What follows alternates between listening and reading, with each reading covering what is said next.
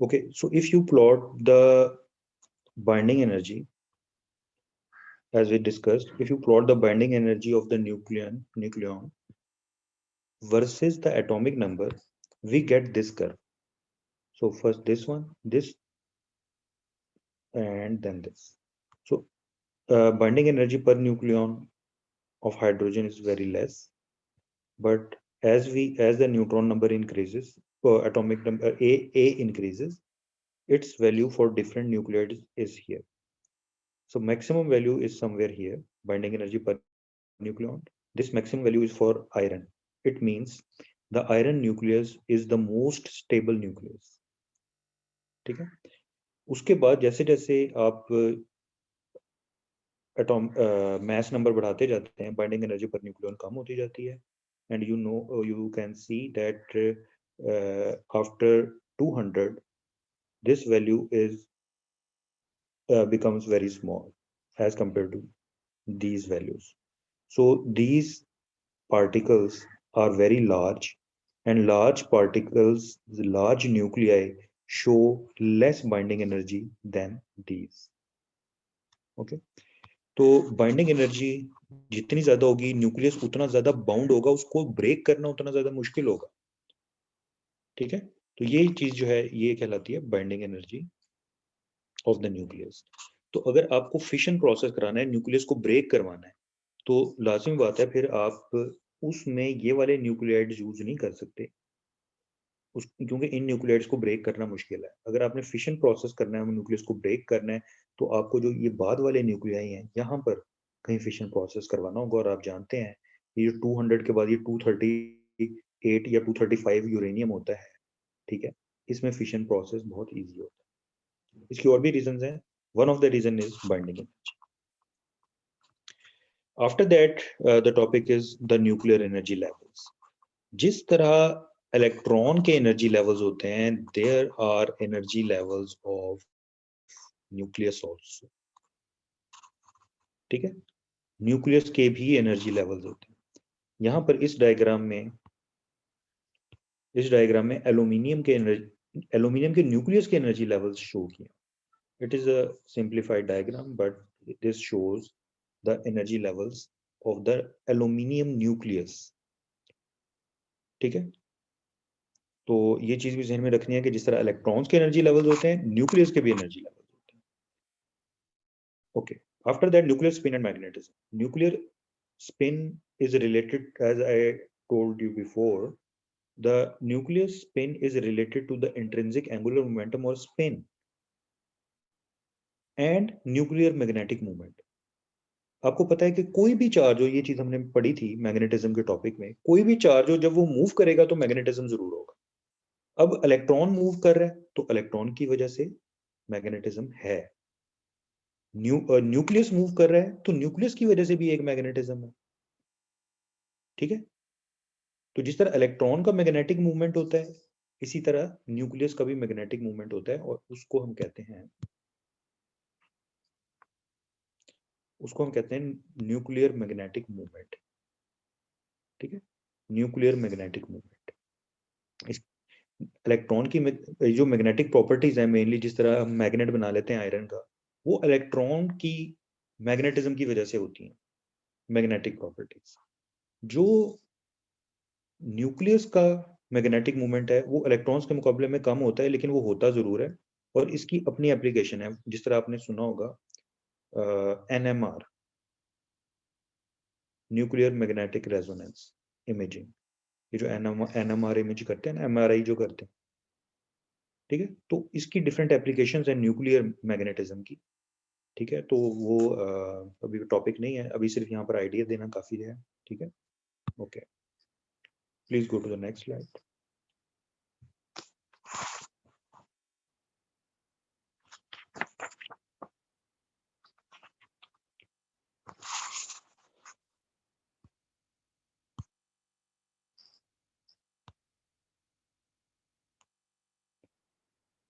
हम nuclear properties का topic पढ़ रहे थे. न्यूक्लियर फोर्स, आपको पता है कि न्यूक्लियस में प्रोटॉन्स मौजूद हैं, लेकिन वो प्रोटॉन कूलम रिपल्शन नहीं करते. करते तो हैं, लेकिन बात यह है कि इसका अगर वो इकट्ठे वहां पर हैं तो इसका मतलब कोई और फोर्स वहां पे मौजूद है जो कि न्यूक्लियर कूलम रिपल्शन से कहीं ज्यादा अट्रैक्टिव फोर्स है। वो चीज जो है वो न्यूक्लियर फोर्स है, ठीक है। And this nuclear force is very very strong force as compare to Coulomb force और ग्रेविटेशनल फोर्स। और आपको पता ही है कि डॉक्टर अब्दुल सलाम को जो नोबेल प्राइज मिला था, Pakistani scientist working in Italy, तो उसको जो नोबेल प्राइज मिला था वो इसी फील्ड में मिला था कि उसने थ्योरेटिकली ये बताया था कि जो नेचुरल 4 फोर्सेस हैं, nuclear force, strong nuclear force, weak nuclear force, electromagnetic force, ठीक है। तो इनमें से इलेक्ट्रोमैग्नेटिक फोर्स और बीटा डिके जो ये वीक न्यूक्लियर फोर्स होती है, इनका ओरिजिन सेम है। इस चीज को उसने मैथमेटिकली दिया, बाद में वो चीजें जब एक्सपेरिमेंटली प्रूव हो गई तो उसको नोबेल प्राइज दिया गया इस फील्ड में। तो ये चीज न्यूक्लियर फोर्स है। Please go to the next slide.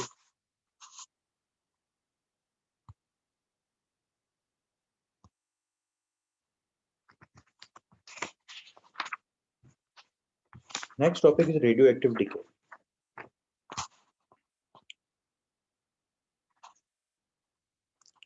Okay, radioactive decay आपको पता है क्या है कि radioactive material, radioactive particles, they spontaneously emit certain kinds of radiations, and you know these radiations are generally alpha, beta or gamma in general. Okay, first point तो ये है। second important point जो है, sir slide show नहीं हो रही। second important point is that in radioactive decay that this decay process is statistical. इसका मतलब क्या है? अब आपको पता है कि लेट्स से अगर आप फॉर एग्जांपल आपके पास कॉइन है, आपने टॉस किया, तो 50% चांस है हेड आएगा, 50% चांस है टेल आएगा, ठीक है। यानी इसकी प्रोबेबिलिटी हाफ है, ठीक है।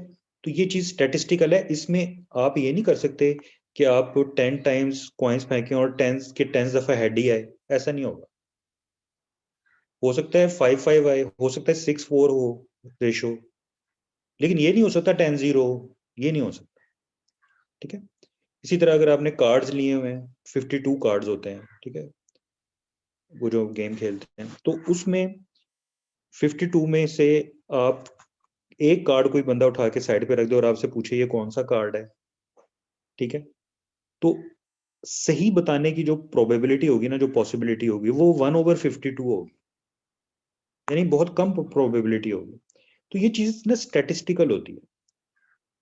अब जो पार्टिकल्स इमिट होते हैं वो स्टैटिस्टिकल होते हैं, मतलब इसका ये है, स्टैटिस्टिकल नेचर इनकी होती है, मतलब ये है कि अगर आपके पास कलेक्शंस ऑफ न्यूक्लियाई मौजूद है, अगर आपके पास लेट से 1 मिलीग्राम मटेरियल मौजूद है जिसमें रेडियो एक्टिव न्यूक्लियस है वो, तो ये नहीं होता कि सारे न्यूक्लियाई एकदम डिके करके, अल्फा पार्टिकल डिके करके सारे खत्म हो जाते हैं, ऐसा नहीं होता। कोई न्यूक्लियस कब डिके कर जाए ये चीज अननोन है, ये चीज नहीं पता होती, ठीक है। ये प्रोसेस स्टैटिस्टिकल है। हो सकता है कि एक न्यूक्लियस मिलियन और बिलियन ईयर्स पड़ा रहे और उसे कुछ भी ना हो, और उसके साथ वाला न्यूक्लियस 1 सेकंड बाद ही डिके हो जाए, ठीक है। तो इसी वजह से आपको पता है कि हाफ लाइफ का कंसेप्ट जो है इसी वजह से निकाला जाता है, लिया जाता है। अच्छा, यहाँ पर लेकिन जो रेडियो एक्टिव डिके प्रोसेस है उसमें कुछ रूल्स जरूर सामने आए, उसकी बेशक उसकी स्टैटिस्टिकल नेचर है, लेकिन फिर भी इसके कुछ रूल्स जरूर सामने आए, और वो रूल्स ये थे कि rate of change of atoms is directly proportional to number of atoms present. अगर नंबर ऑफ एटम्स ज्यादा होंगे तो रेट ऑफ चेंज भी ज्यादा होगा, ठीक है। और नेगेटिव साइन शो कर रहा है कि नंबर ऑफ एटम्स डिक्रीज होते हैं, ओरिजिनल जहर कुछ डिके कर जाते हैं तो फाइनल न्यूक्लियाइड्स कम होंगे, ओरिजिनल न्यूक्लियाइड जो प्रेजेंट थे at the time of experiment वो ज्यादा होंगे। तो ये होता है dn/dt। So -dn/dt is directly proportional to n, और इसको जब हम इधर इक्वालिटी में चेंज करते हैं तो यहाँ पर लैम्डा कांस्टेंट आ जाता है. This lambda is known as disintegration constant और डिके कांस्टेंट. ठीक है. अब यहाँ पर अगर हम ये जो इक्वेशन है माइनस इसको इस इक्वेशन में डी एन को इधर ले आए और माइनस लैम्डा डी टी को इधर ले जाएं, यानी इसको रीअरेंज करेंगे तो आपके पास ये इक्वेशन 42.12 आ जाए. अब इनको बोथ साइड पर इंटीग्रेट करें. इसमें इनिशियल नंबर ऑफ एटम्स थे एन नॉट, बाद में एन रह गए, तो इसकी इंटीग्रेशन लिमिट हो जाएगी एन नॉट टू एन. और यहाँ पे टी नॉट जब जिस टाइम पर आपने शुरू किया और जितने टाइम तक एक्सपेरिमेंट किया वो टी आ गया यहाँ पे. ठीक है, please go to the next slide.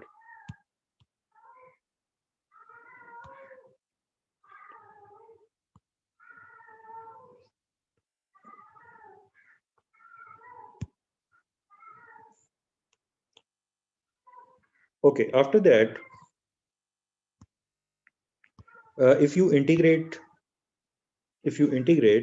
then you will get log of n, and when you will apply limit, you will get log of n minus log of n naught minus lambda t minus t naught. ठीक है, क्योंकि उसको dt को integrate करेंगे तो t आ जाएगा आपके पास. तो इस चीज को आप log of n over n naught is equal to minus lambda t रख सकते हैं. if t naught is equal to 0, उसको आप 0 कंसीडर कर लें उस टाइम को, ये 0 जहां से आपने स्टार्ट किया टाइम. तो इसको log जब इधर आएगा तो ये e raise to power minus lambda t हो जाएगा. तो n is equal to n naught e raise to the power minus lambda t हो जाएगा. ठीक है, यानी number of atoms exponentially decrease कर रहे होंगे क्योंकि यहाँ पर क्या है, माइनस लैम्डा टी आ रहा है आपके पास, ये चीज माइनस लैम्डा टी आ रही है. ठीक है, यानी अगर आपके पास अगर आप ग्राफ प्लॉट करें कि यहाँ पर आपके पास टाइम हो और यहाँ पर नंबर ऑफ एटम्स हो. ठीक है, नंबर ऑफ एटम्स हो, अगर आप इसका ग्राफ प्लॉट करें ना तो ये आपके पास एक्सपोनेंशियल डिक्रीज आएगा. यानी with respect to time number of atoms कम हो रहे हैं एक्सपोनेंशियली. एक्सपोनेंशियल के ग्राफ आपने बनाए होंगे मैट्रिक या एफएससी में, तो इसमें एक्सपोनेंशियल डिक्रीज हो रहा है. इसका मतलब ये हुआ कि number of atoms exponentially decrease करते जा रहे हैं. ये जो नेगेटिव साइन है यहाँ पर यहाँ पे जो ये नेगेटिव साइन है, ये जो नेगेटिव साइन है ये शो कर रहा है कि total number of atoms with respect to time decrease कर रहे हैं. Okay, there is another quantity which is known as activity or decay rate. So this is shown by this equation. R is equal to minus dn over dt. ठीक है, ऊपर जो dn over dt पड़ा था ना उसको इस form में ले लें और आप n की वैल्यू पुट करें तो आपके पास r की वैल्यू ये आ जाएगी. तो यहाँ से अगर आप एक्टिविटी निकालें r इज इक्वल टू ये बन जाएगी, ये चीज r नॉट हो जाएगी, lambda n not r not के इक्वल हो जाएगी और e माइनस लैम्डा टी उसी तरह आ गया. तो ये एक्टिविटी का फॉर्मूला भी निकाल सकते हैं. तो यहाँ से हम ये चीज भी देख सकते हैं कि ये जो r है, r और n का रिलेशन अगर हम देखें तो r is equal to lambda आता है. ये थोड़ी थोड़ी मैथमेटिकल स्टेप्स हैं, ये आप कर सकते हैं. उसके बाद जो एक्टिविटी है इसका जो यूनिट है वो बैकरल है. 1 डिके पर सेकेंड होता है. अगर 1 सेकंड में 1 डिके हो रहा है ना तो हम कहते हैं कि वो जो एक्टिविटी है वो 1 बैकरल के इक्वल है. 1 क्यूरी जो है वो 3.7 इंटू 10 बैकरल के इक्वल होती है. ये एक्टिविटी के यूनिट्स हैं. ठीक है, तो इसमें फिर एक आगे कंसेप्ट आता है हाफ लाइफ का और मीन लाइफ का. हाफ लाइफ वो होती है, हाफ लाइफ वो टाइम है जिसमें आपने जो मटेरियल लिया है उसके न्यूक्लियाई डिके होकर हाफ रह जाए, न्यूक्लियाई डिके होकर हाफ रह जाए, वो कहलाती है हाफ लाइफ. और फिर आगे एक मीन लाइफ का कंसेप्ट भी आता है, वो भी आपको बाद में बताता हूँ. सबसे पहले यहाँ पर देखें कि हाफ लाइफ हमने ऊपर अभी बाय डेफिनेशन पढ़ा कि थोड़ी देर बाद कितने नंबर ऑफ एटम्स रह जाएं, ओरिजिनल का हाफ रह जाएं. ओरिजिनल आर नॉट थे, आपके पास हाफ आर नॉट ये रह गए. ठीक है, कितने टाइम में, हाफ लाइफ में. यहाँ पे जो लैम्डा टी था, टी की जगह टी हाफ कर दिया, यानी टी हाफ में आर नॉट इनिशियल थे और टी हाफ के बाद हाफ आर नॉट रह गए. हमने मीन लाइफ, ये जो हाफ लाइफ की डेफिनेशन के मुताबिक ऊपर इक्वेशन में ये वैल्यूज पुट कर दी. ठीक है, यहां से आर नॉट और आर नॉट कैंसिल हो गया. यहां से अगर आप टी हाफ की वैल्यू निकालें, please go to the next slide.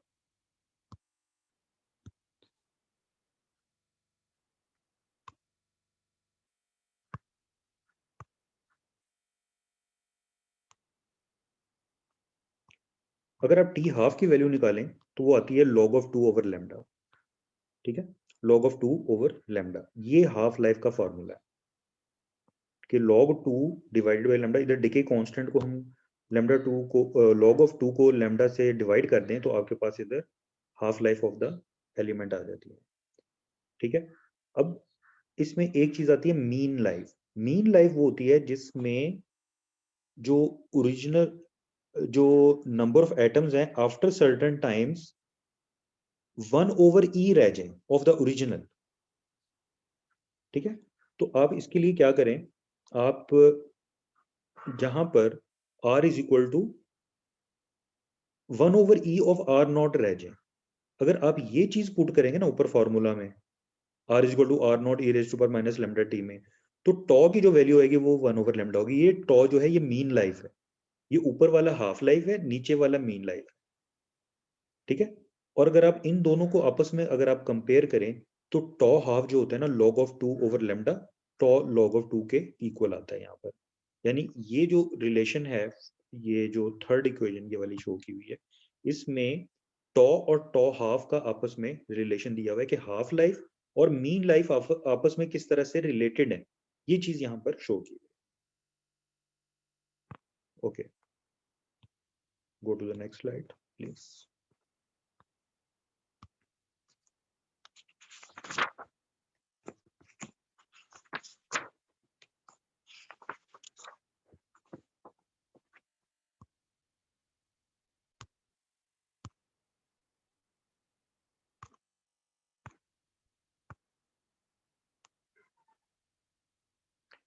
Okay, after that there is the topic of alpha decay. अभी हमने जो पहले पढ़ा था वो था radioactive decay. Radioactive decay में अल्फा डीके भी आता है, बीटा डीके भी आता है, गैमा डीके भी आता है। अल्फा डीके की वजह से अल्फा रेडिएशन इमिट होती हैं, बीटा डीके की वजह से बीटा रेडिएशन इमिट होती हैं, गैमा डीके की वजह से गैमा रेडिएशन होती हैं इमिट। तो ये 42.5 टॉपिक जो है वो ये अल्फा डीके से रिलेटेड है। इसमें ये एक्सप्लेन किया हुआ है कि अल्फा डीके होता कैसे है, न्यूक्लियस में क्या प्रोसेस होता है कि अल्फा पार्टिकल निकलकर बाहर आ जाता है और हम कहते हैं अल्फा पार्टिकल्स इमिट हो रहे हैं इस न्यूक्लियस में से। वो प्रोसेस इस टॉपिक में एक्सप्लेन किया हुआ है। सबसे पहले ये चीज कि what is alpha decay. You know, if there is a nucleus of uranium 238, when the alpha particle, which is a helium nuclei, is emitted, then thorium nucleus is left, ठीक है। ये 238 था ना, इसमें से जब 4 निकल गए तो इधर 234 रह गए, ठीक है, और इसका 2 इधर रह गया तो इधर 90 रह गया, तो 90 जो होता है वो थोरियम का होता है, इसलिए ये थोरियम यहाँ पर लिखा। तो ये अल्फा पार्टिकल इमिशन है। इस तरह से यूरेनियम 238 अल्फा पार्टिकल्स ये वाले इमिट करता है और ये स्पॉन्टेनियस इमिशन होता है, ठीक है। और इसकी जो यहाँ पर एनर्जी रिलीज होती है इसके साथ, जो इस वो कहलाती है डिसइंटीग्रेशन एनर्जी। वो जो disintegration energy which is also known as Q value, this Q value of the alpha particle is 4.25 million electron volt. 4.25 MeV के अल्फा पार्टिकल्स ये बाहर निकलते हैं इसके अंदर से, ठीक है। ओके, अल्फा डीके में, यूरेनियम के अल्फा डीके में। Please go to the next slide.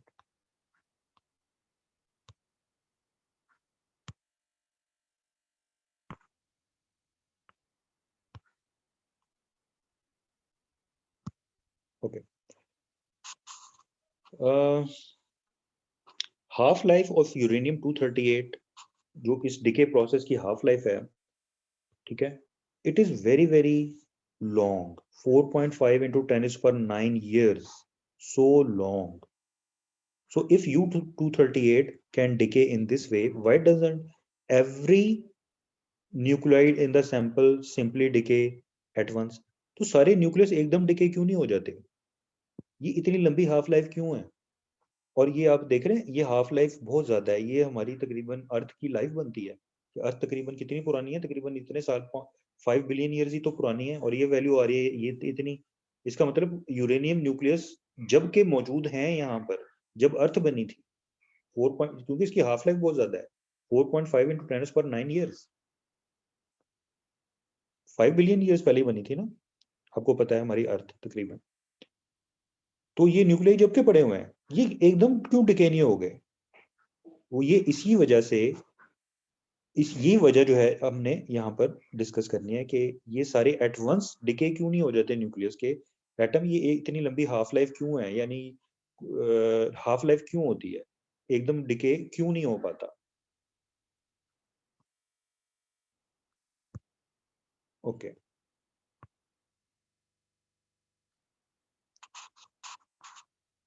इसके लिए हमने ये किया, देखें हमने पोटेंशियल एनर्जी कर्व हमने प्लॉट की, अगर हमें ये डायग्राम समझ आ जाए तो हमें अल्फा डिके का प्रोसेस काफी हद तक समझ आ जाएगा। अगर हम दो न्यूक्लियाई को एक खास ये है एनर्जी और ये है डिस्टेंस बिटवीन टू न्यूक्लियाइड्स, ठीक है। अगर डिस्टेंस दो पार्टिकल्स के दरमियान जब ज्यादा होता है ना, तो आपको पता है पोटेंशियल एनर्जी कम होती है, लेकिन जैसे जैसे हम डिस्टेंस करीब करते जाते हैं पोटेंशियल एनर्जी बढ़ती चली जाती है, ठीक है।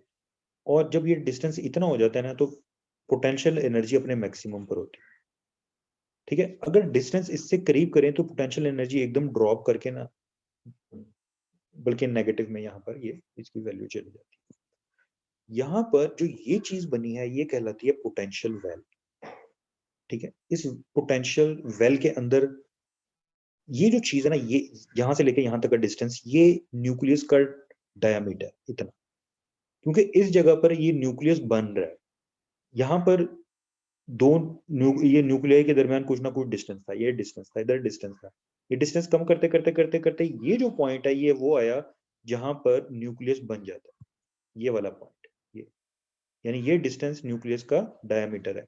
अब अल्फा पार्टिकल को अगर न्यूक्लियस के अंदर लेकर जाना है तो ये डायरेक्ट इधर नहीं जा सकता, क्योंकि ये इतना बड़ा बैरियर मौजूद है यहाँ, ठीक है। इन अदर वर्ड्स, अगर अल्फा पार्टिकल यहाँ से इमिट हो रहा है, न्यूक्लियस में से अल्फा पार्टिकल अगर इमिट हो रहा है, तो अल्फा पार्टिकल को इतनी एनर्जी चाहिए, इतनी एनर्जी चाहिए तब वो बाहर आएगा, क्योंकि ये न्यूक्लियस है ना, ये चीज न्यूक्लियस है। तो अल्फा पार्टिकल को इस न्यूक्लियस से बाहर निकलने के लिए ये बैरियर क्रॉस करना पड़ेगा, तब ये इधर से बाहर आएगा, अदरवाइज नहीं आएगा। और ये एनर्जी आप देख रहे हैं तकरीबन 30 MeV के इक्वल है।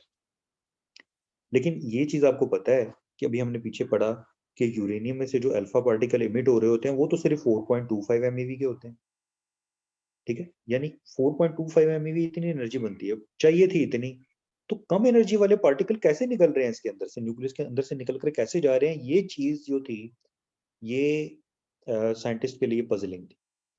It was very difficult to explain it at that time. तो यहाँ पर एक मॉडल है अल्फा डिके मॉडल, उस अल्फा डिके मॉडल से इस चीज को एक्सप्लेन किया गया कि इसकी रीजन क्या है। असल में जब इसको थ्योरेटिकली एक इक्वेशन है वो कहलाती है श्रोडिंगर वेव इक्वेशन, जब उसको सॉल्व किया गया तो पता चला कि जो न्यूक्लियस है वो ट्रांसपेरेंट मेम्ब्रेन के तौर पर बिहेव करता है। फॉर एग्जांपल अगर लाइट है, ठीक है, और सामने वुड है, वुड, तो लाइट वुड में से पास नहीं कर सकती, वुड उसके लिए ओपेक है, ठीक है। लेकिन एक ऐसा ग्लास जिसके ऊपर थोड़ा सा जिसे इस ग्लास पता नहीं क्या है इसका, इस वक्त नाम निकल गया मेरे जहन से, वो जिसके ऊपर जो टोटली ट्रांसपेरेंट नहीं होता ग्लास, ठीक है, उसमें से भी कुछ ना कुछ लाइट आ रही होती है, ज्यादा तो नहीं आ रही होती। सबसे ज्यादा लाइट जब आएगी जब ग्लास टोटली ट्रांसपेरेंट होगा, ठीक है। लेकिन अगर ग्लास थोड़ा सा व्हाइटिश है तो उतनी लाइट नहीं आएगी, इसका मतलब वो सेमी ट्रांसपेरेंट है, ठीक है, वो सेमी ट्रांसपेरेंट है।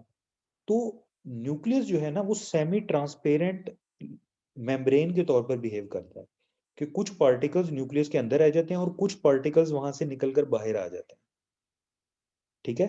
और ये फिनोमेना जो है ये कहलाता है अल्फा पार्टिकल टनलिंग, कि अल्फा पार्टिकल टनल करता हुआ बाहर आ जाता है, ठीक है।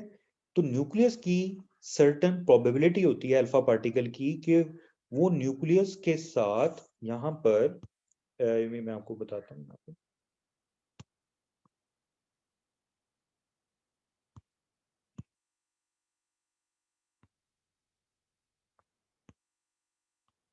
ये अल्फा पार्टिकल है, ये न्यूक्लियस की वॉल है, ये न्यूक्लियस की वॉल है। ये अल्फा पार्टिकल इसके साथ billion and billions of times पर सेकंड इसके साथ हिट करता है। उसमें एक दफा एक प्रोबेबिलिटी ऐसे निकल आती है कि वो यहां से लीक होता हुआ न्यूक्लियस के बाहर आ जाता है। ठीक है, तो ये जो चीज है ना, ये आगे नंबर भी दिया हुआ है कि ये कितने टाइम्स हिट करता है, ये भी मैं आपको दिखाता हूँ। तो ये अल्फा पार्टिकल इस तरह से न्यूक्लियस से बाहर आता है, और हमें जो अल्फा पार्टिकल की बीम रेडियो एक्टिव मटेरियल से मिलती है वो इस तरह से मिल रही होती है। ठीक है, ओके। तो ये जो एक्सप्लेनेशन है वो ये यहाँ पे सारी दी हुई है, ये आप एंड तक देख सकते हैं। Please go to the next slide.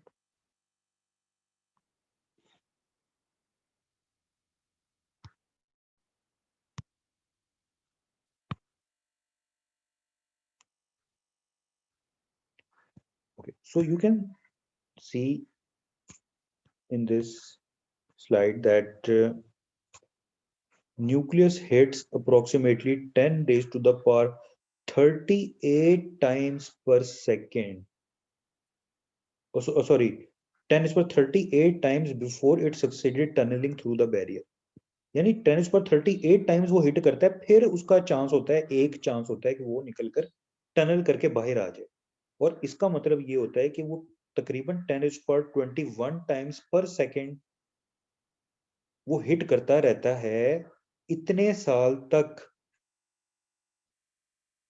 ठीक है, 4 बिलियन ईयर्स में वो 10 पर 21 टाइम्स पर सेकंड हिट करता है। यानी एक सेकंड में इतना करता होगा, तो इतने अरब सालों में उसने कितनी दफा हिट किया होगा, आप खुद सोचिए। 4 अरब साल, 4.4 बिलियन ईयर्स में उसने कितना ज्यादा हिट किया होगा। तो 4 बिलियन ईयर्स में वो 10 पर 21 टाइम्स पर सेकंड हिट करता है। उसमें फिर प्रोबेबिलिटी होती है कि कुछ प्रोबेबिलिटी होती है कि वो अल्फा पार्टिकल न्यूक्लियस से निकलकर बाहर आ जाए। ठीक है, अदरवाइज तो उसी तरह होना चाहिए था ना कि भाई अगर एक न्यूक्लियस अल्फा पार्टिकल इमिट कर रहा है तो सारे यूरेनियम न्यूक्लियस को एक दफे अल्फा पार्टिकल इमिट करके सारे न्यूक्लियस एटम खत्म हो जाने चाहिए थे अब तक दुनिया में से, लेकिन ऐसा नहीं हुआ। ठीक है, ऐसा क्यों नहीं हुआ, उसकी रीजन ये है कि अगर वो 10 पर 21 टाइम पर सेकंड हिट करता है तो उसमें जस्ट और 10 पर 38 टाइम करने के बाद एक पॉसिबिलिटी होती है सिर्फ उसके बाहर आने की। इसलिए जब से अर्थ बनी है, जब से अब तक यूरेनियम मौजूद है, सारे यूरेनियम एटम खत्म नहीं हो गए। ठीक है, क्योंकि 10 पर 38 टाइम्स हिट करेगा तो सिर्फ एक न्यूक्लियस डिके होगा बस। तो ये इसकी रीजन है। फिर उसके बाद ये है जो इस लास्ट पैराग्राफ में बताया हुआ है कि अगर आप क्यू वैल्यू इंक्रीज कर दें, न्यूक्लियस डिसइंटीग्रेशन एनर्जी को इंक्रीज कर दें, तो उसका 60% चांस है कि वो ज्यादा डिके होगा। ये चीज जो है ये पिछली फिगर में, पिछले जो नेक्स्ट पिछली स्लाइड थी उसमें ये चीज बताई हुई है। ये चीज, let's go back to the previous slide.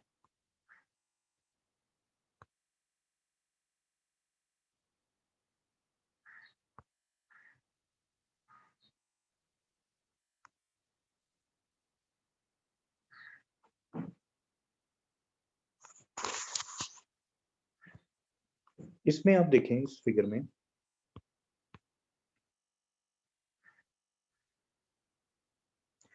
एक अल्फा पार्टिकल ये वाला निकल रहा है, इसकी एनर्जी 4.25 है।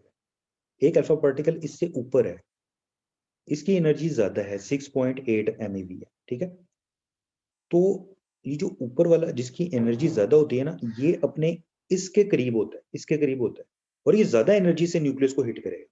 जो ज्यादा एनर्जी के साथ न्यूक्लियस की वॉल को हिट करेगा, जो न्यूक्लियस, उसके निकलने का चांस ज्यादा होगा। जो कम एनर्जी से करेगा उसके निकलने का चांस कम होगा। ठीक है, तो वो अल्फा पार्टिकल जो कि 4.25 MeV से हिट कर रहा है उसके निकलने का चांस कम है, और जो 6.81 MeV से हिट कर रहा है उसके निकलने का चांस ज्यादा है। इसलिए अगर दो ये वाले अल्फा पार्टिकल्स मौजूद हों न्यूक्लियस के अंदर, तो इस जो जिसकी क्यू वैल्यू ज्यादा होती है 6.8 MeV, जिसकी ये वैल्यू ज्यादा होती है, ठीक है, उसके निकलने का चांस ज्यादा होता है, उसकी प्रोबेबिलिटी हमेशा ज्यादा होती है। Okay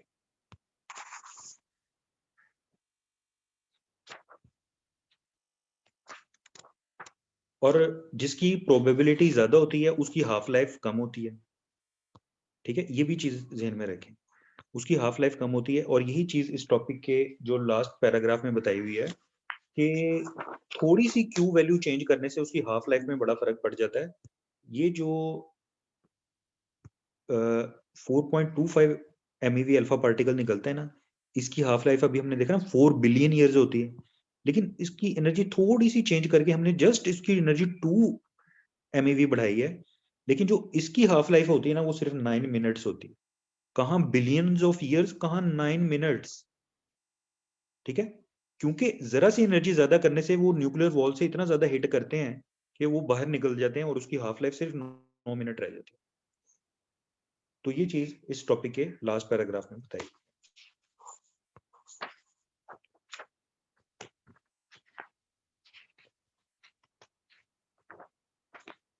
okay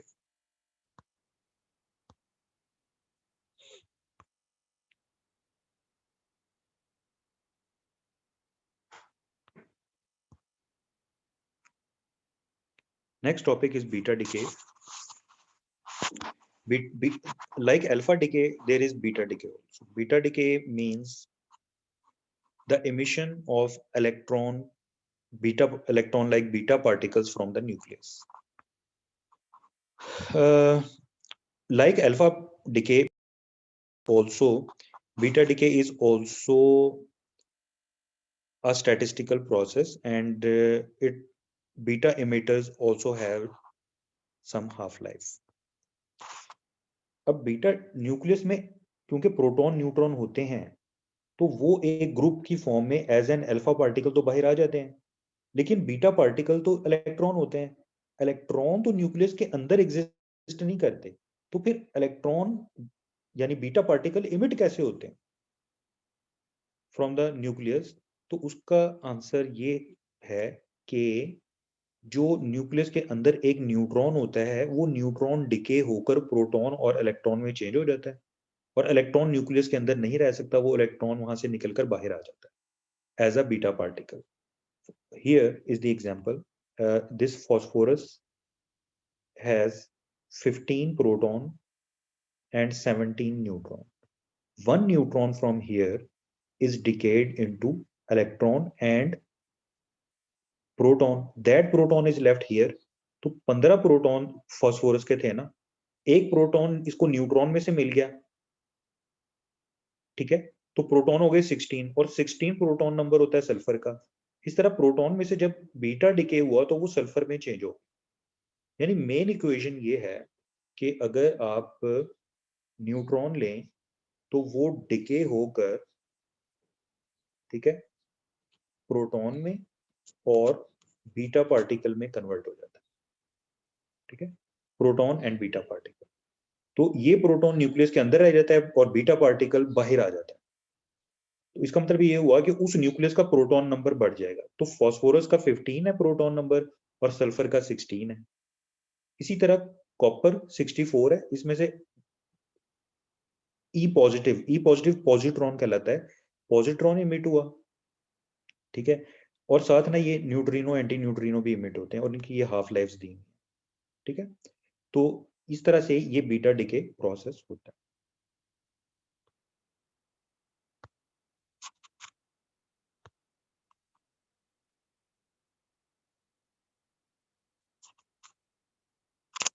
okay so this number of proton and number of neutrons are described here. You can see this, and this equation, okay, this equation is written here also. When proton is converted, when neutron is converted into proton and electron, and proton can be converted into neutron and positron. Here neutrino particles are emitted. One is called neutrino and the other is called antineutrino. Okay, अब beta decay में हमारे पास time is going to end, So please join again for a few minutes to end this chapter.